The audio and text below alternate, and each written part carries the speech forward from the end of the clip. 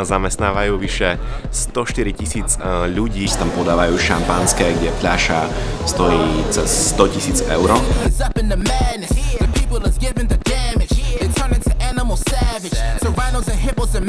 Čaute, moje meno je Dalibor Cisman a mám pre vás prichystaný ďalší vlog. Teraz je to exkluzívne z Monaka zo súťaže Podnikateľ roka, kde je celosvetové kolo.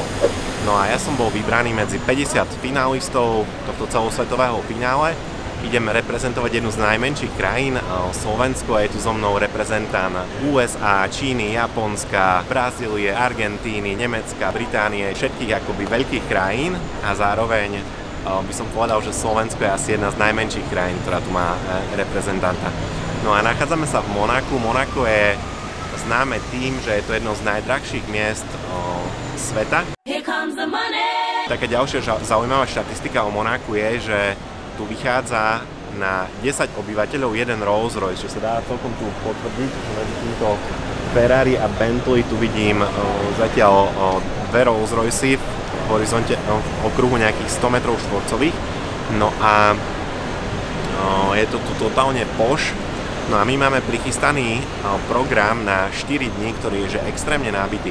Sme ubytovaní v tomto hoteli Hermitage, zároveň máme program okrem tohto hotela aj v Hotel de Paris, v svetovznámom kasíne Monte Carlo a tiež v miestnej opere, čiže v takom rádiuse 500 metrov štvorcových budeme mať paralelne viacero typov programu, no a ja to pre vás budem dokumentovať na tomto kanále.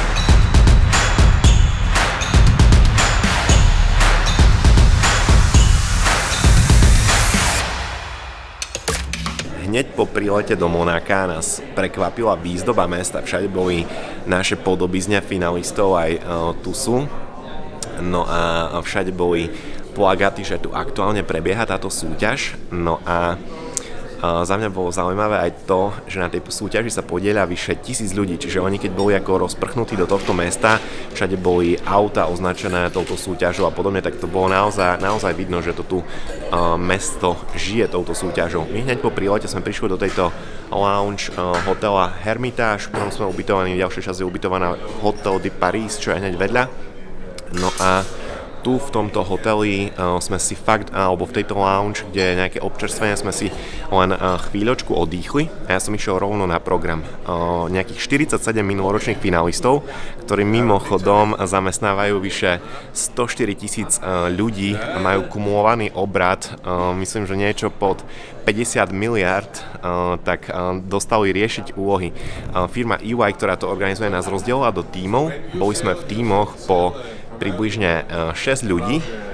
Tie týmy sa často menili a oni zabezpečovali dosť diverzitu týchto tímov, čiže v tíme bol častokrát jeden Američan, jeden Aziat, jeden Afričan, Európan, častokrát ženy, aj takto diverzitu. No a za mňa bolo super zaujímavé to, že som mohol pozorovať, ako takíto ľudia riešia rôzne úlohy a rôzne problémy.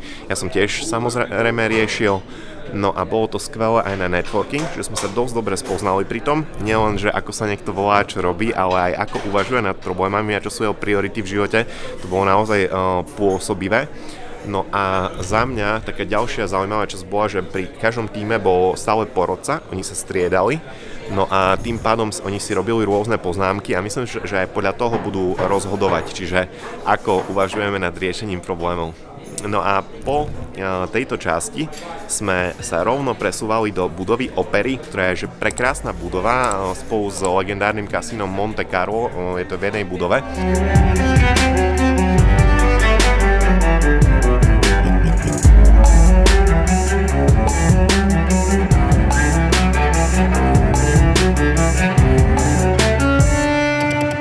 No a v rámci toho prebiehal taký večerný program, taký skôr umelecký, tanečno-hudobný, ale bolo tiež predstavenie finalistov poroty. From Slovak Republic, Dalibor Cisman focuses on accessibility and sustainability in fitness.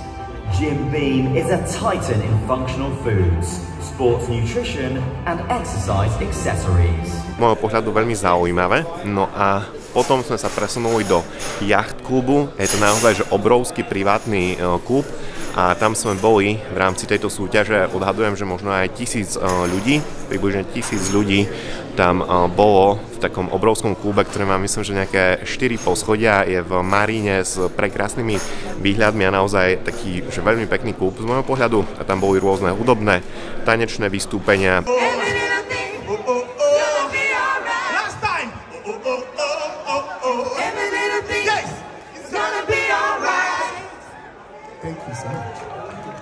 A samozrejme pokec, dokonca sa podával aj alkohol, no a veľa ľudí si možno myslí, že čo robia riaditelia takýchto firiem na takýchto networkingových večerách, že sa tam akože strašne chlastá do rána, ale nemyslím si, že je to pravda, lebo ráno pred 8 som bol vo fitku a stretol som tam veľkú časť osadenstva zo včerajšieho jachtklubu a tiež som vyšiel vonku a tam som videl, že bola veľká časť ľudí si zase zabehať a je tu skvelý plavecký bazén, aj tam som videl ľudí, čiže skôr by som povedal, že sú to aktívni športovci, ktorí dosť dbajú na svoje zdravie a to, aby boli úplne fresh a samozrejme podával sa tam aj alkohol, ale veľmi, veľmi striedmo.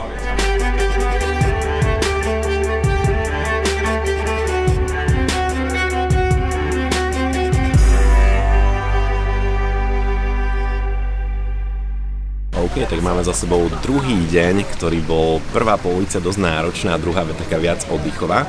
My sme mali ráno stretnutie tohtoročných finalistov spolu s minuloročnými finalistmi, čiže boli sme zase rozdelení do skupiniek, boli tam rôzni koučovia a oni nám kládli otázky a my sme mali vypracovávať úlohy.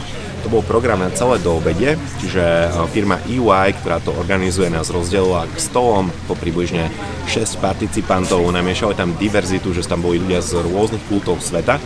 No a mne sa na tom ako veľmi páčilo to, že včera sme mali riešiť úlohy, ktoré boli také, že smerom k vízii a uvažovali sme vo veľkej škále a uvažovali sme nad tým, že ako vyriešiť nejaké svetové problémy a proste veci, ktoré denne ako v praxi nebudeme riešiť, ale zamyslieť sa nad tým v tak veľkej škále bolo naozaj obohacujúce a vidieť možno ako nad takýmito zásadnými vecami uvažujú ostatní finalisti.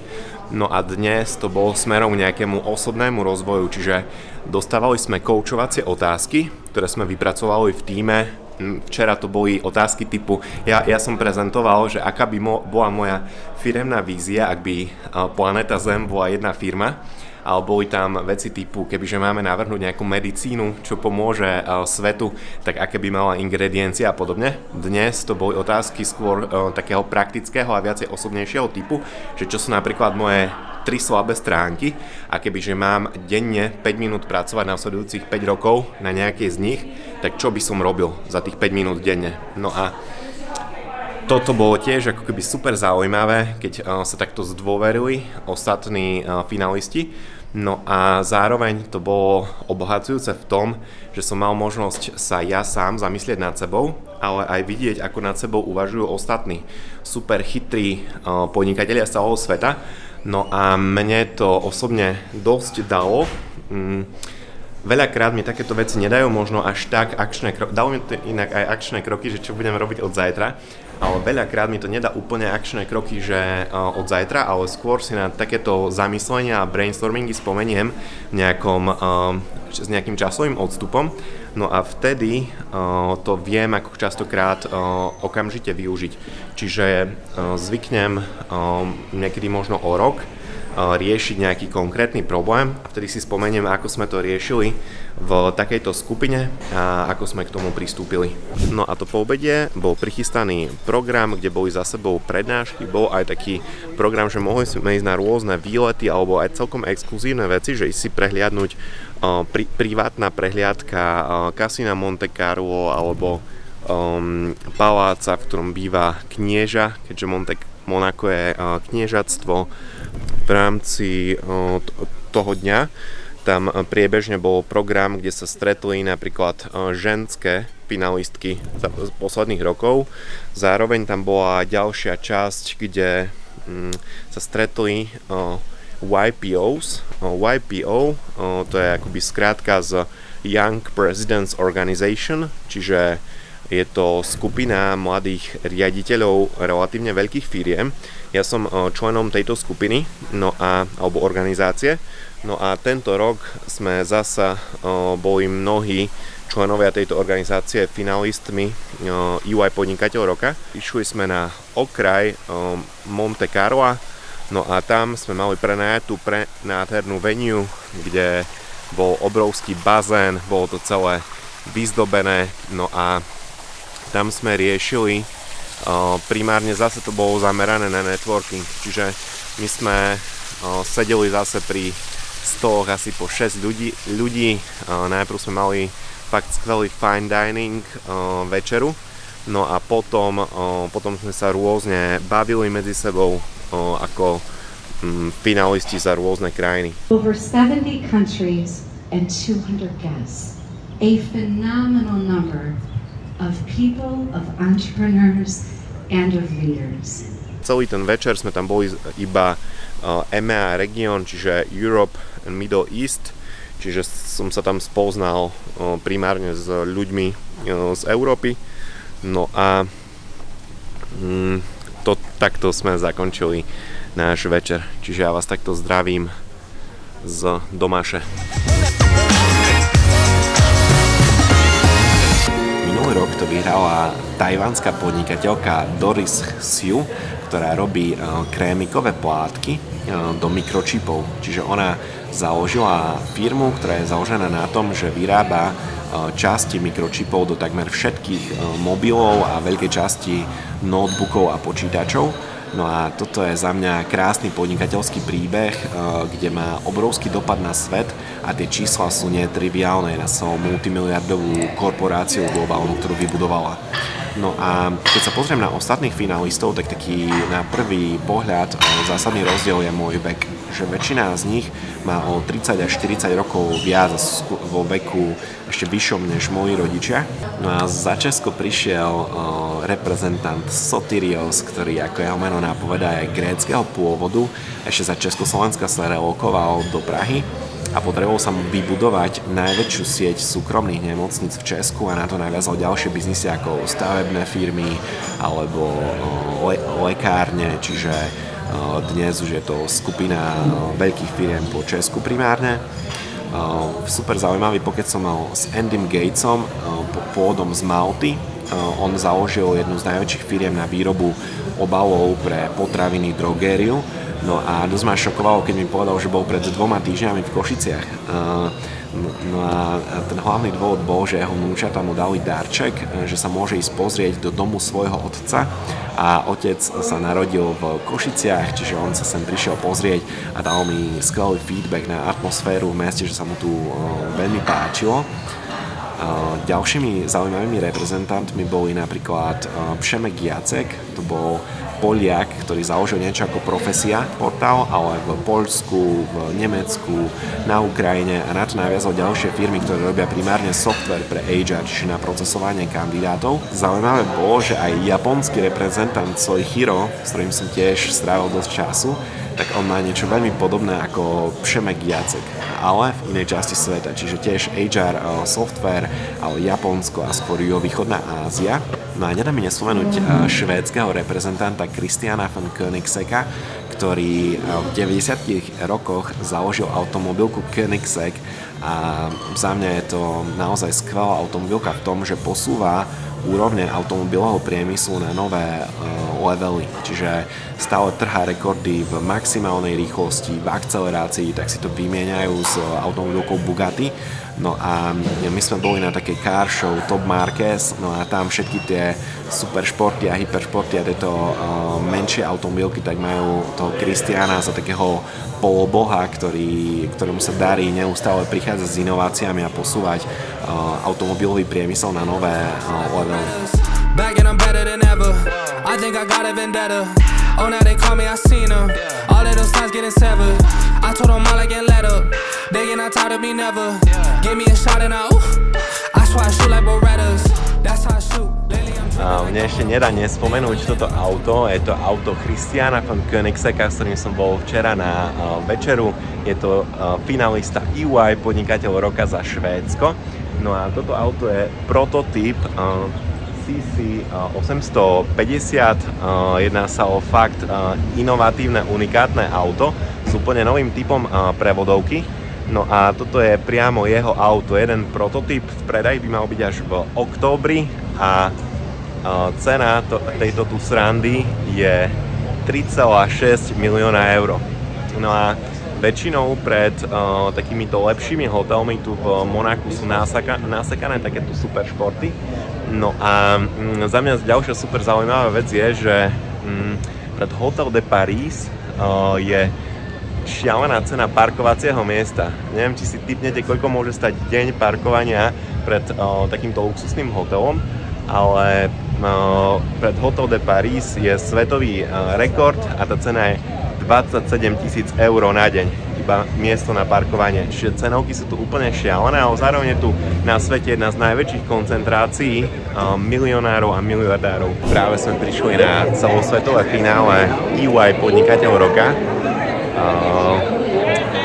Je to black tie gala večer, čiže veľmi formálny. No a je tu so mnou 46 ďalších finalistov celosvetového kola. No a naozaj veľké týmy. Z väčšiny krajín je to tak približne 10 až 20 ľudí. Slovensko ako taká menšia krajinka tu má iba nejaký 6-členný tím. No a vo všetkých tímoch, ktoré tu prišli za rôzne krajiny, tak sú primárne minuloroční víťazi, súčasní súťažiaci a potom zamestnanci firmy EY, väčšinou riaditelia krajín a nejaké pozície.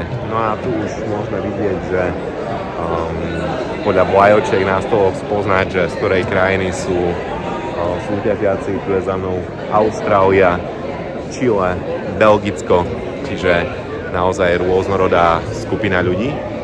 No a tým, že tá konkurencia je naozaj obrovská, ja som si pozeral, že naša firma patrí medzi tie menšie, aj keď z pohľadu reprezentantov Slovenska sme ako jedna z najväčších za posledné roky, tak ja mám nastavené očakávania, že nemal by som očakávať, že to tu vyhráme, ale budem naozaj milo prekvapený, ak by sa to náhodou podarilo. No a celá organizácia týchto posledných 4, respektíve zatiaľ iba 3 dní, tak je úplne top, na sekundu všetko prichystané ako japonské Shinkanzeny, stále program dopredu, veľa možností, čoho sa zúčastniť a keď niekde prídeme, tak presne vtedy to začína, čiže myslím si, že veľký rešpekt firme EY, ktorá to organizuje, že sa jej to darí tak profesionálne organizovať a určite to nie je lacná sranda, špeciálne tu nie tu v Monaku.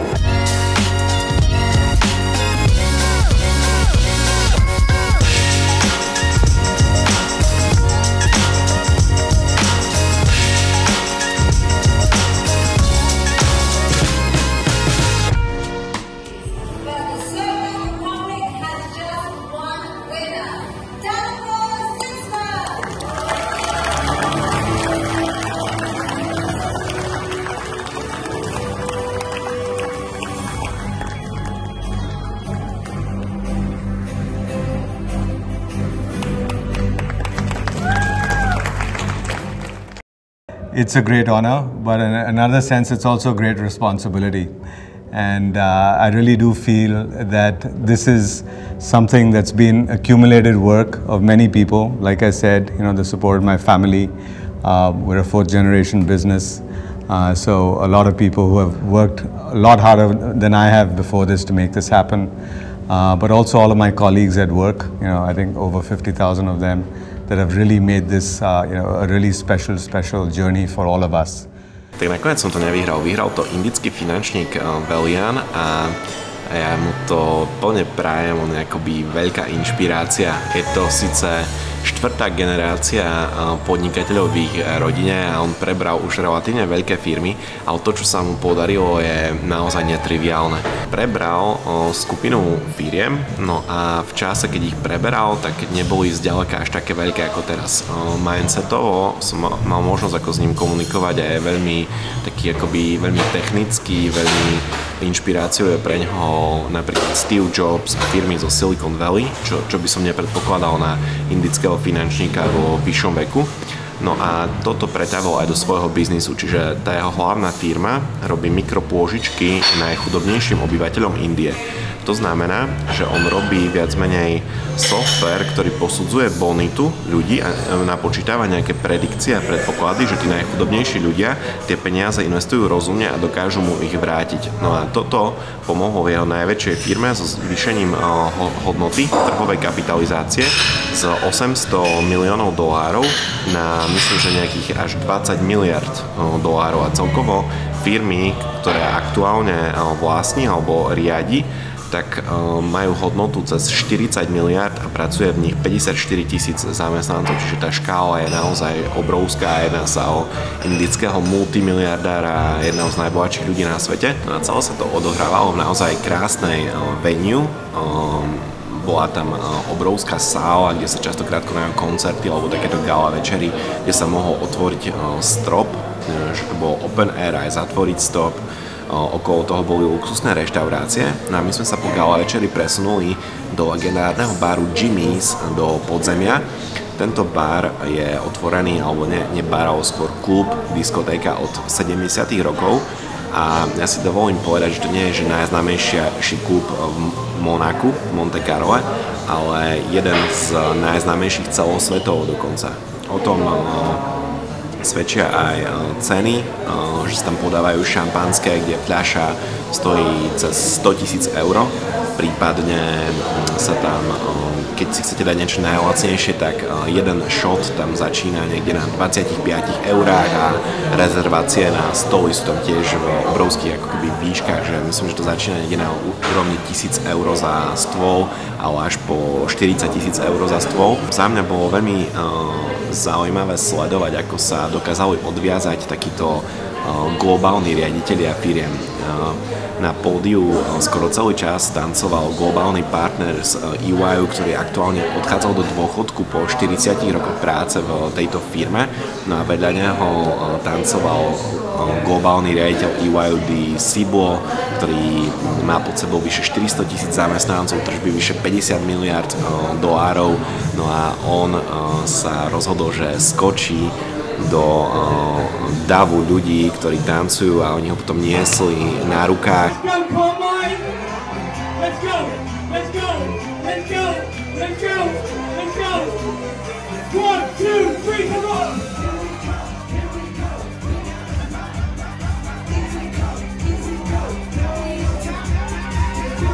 Look after him.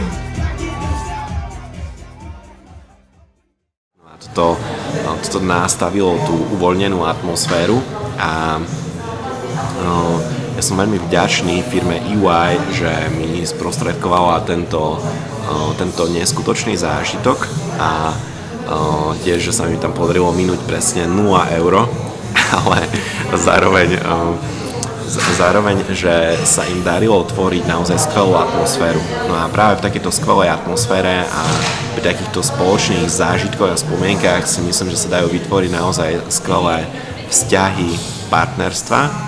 No a toto si myslím, že mi možno najviac dalo z celého tohto štvorňového tripu, že som sa mohol spoznať s super zaujímavými ľuďmi a vymeniť si kontakty a ostávame naďalej v kontakte.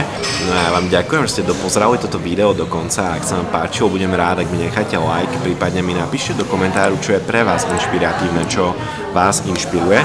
No a zároveň vám budem tiež veľmi vďačný, ak budete toto video šíriť ďalej na svojich sociálnych sieťach. Majte sa.